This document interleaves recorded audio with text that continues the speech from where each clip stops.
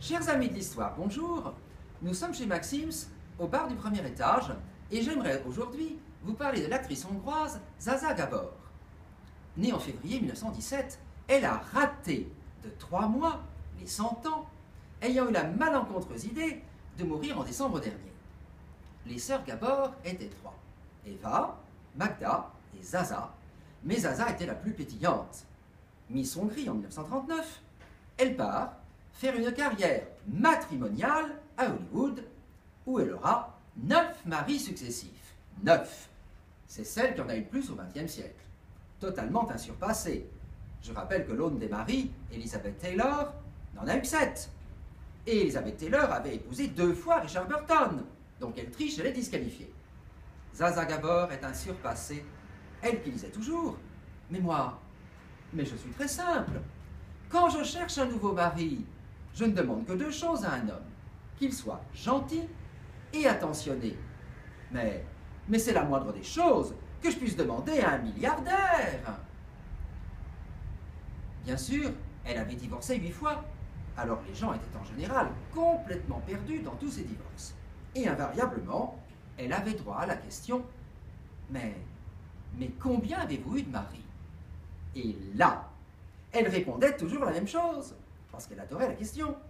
Combien j'ai eu de maris? Mais vous voulez dire, combien j'ai eu de maris en dehors des miens? Et là, la liste, bien sûr, était infinie. Au tribunal, pendant ses divorces, elle disait invariablement au président, « Mais monsieur le président, je ne déteste jamais assez un homme au point de lui rendre ses diamants. » Et un jour, ici même, au bar, chez Maxims, une femme lui dit des sottises.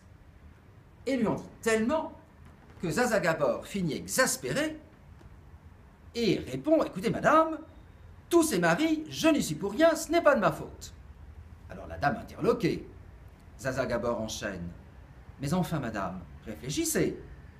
C'est presque impossible de rendre son mari heureux, alors que c'est tellement plus facile avec celui des autres. » Elle était pleine d'esprit, elle était élégante, pétillante, bien entendu.